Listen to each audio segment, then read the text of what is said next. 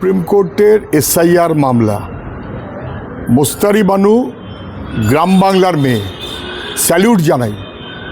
Mostari Banu versus election commission of India, অন্তত সেই কেসে খানিকটা সুরাহা পেল মানুষ। 7 দিন সময় বাড়ল স্ক্রুটিনির জন্য।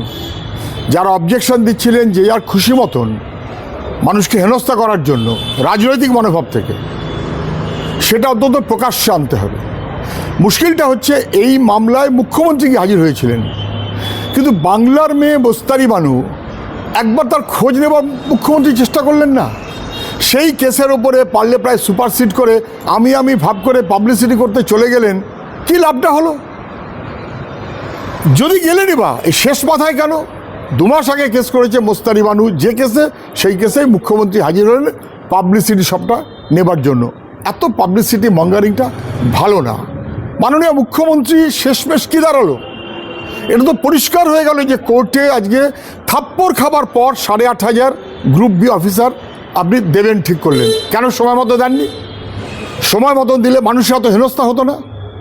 বিজেপির বকলমে নির্বাচন কমিশন মানুষকে হেনস্থা করতে চায়, আপনি আধিকারিক না দিয়ে মানুষের হেনস্থার ব্যবস্থা করে দিলেন।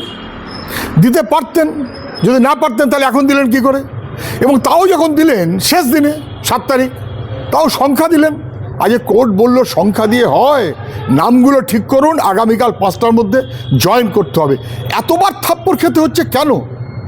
কার্যত স্পষ্ট হয়ে যাচ্ছে, বরং যেন এত যা 12টা বেজেছে, দিল্লির জন্য যা হেনস্থা মানুষ হয়েছে, রাজ্যের সরকারের সময় মতন ভূমিকা না নেওয়া, এক্সিকিউটিভ হেড তার মতন দায়িত্ব পালন না করা, মানুষের এই হেনস্থা, তার দায় দিল্লিরও যেমন রাজ্যেরও তেমন।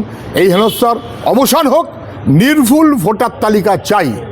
কজন অফিসার ওটা বড় কথা না, নির্ভুল ভোটার তালিকা চাই। না হলে মানুষ শোধ তুলবে, এটা যেন সবাই নিশ্চিত থাকে।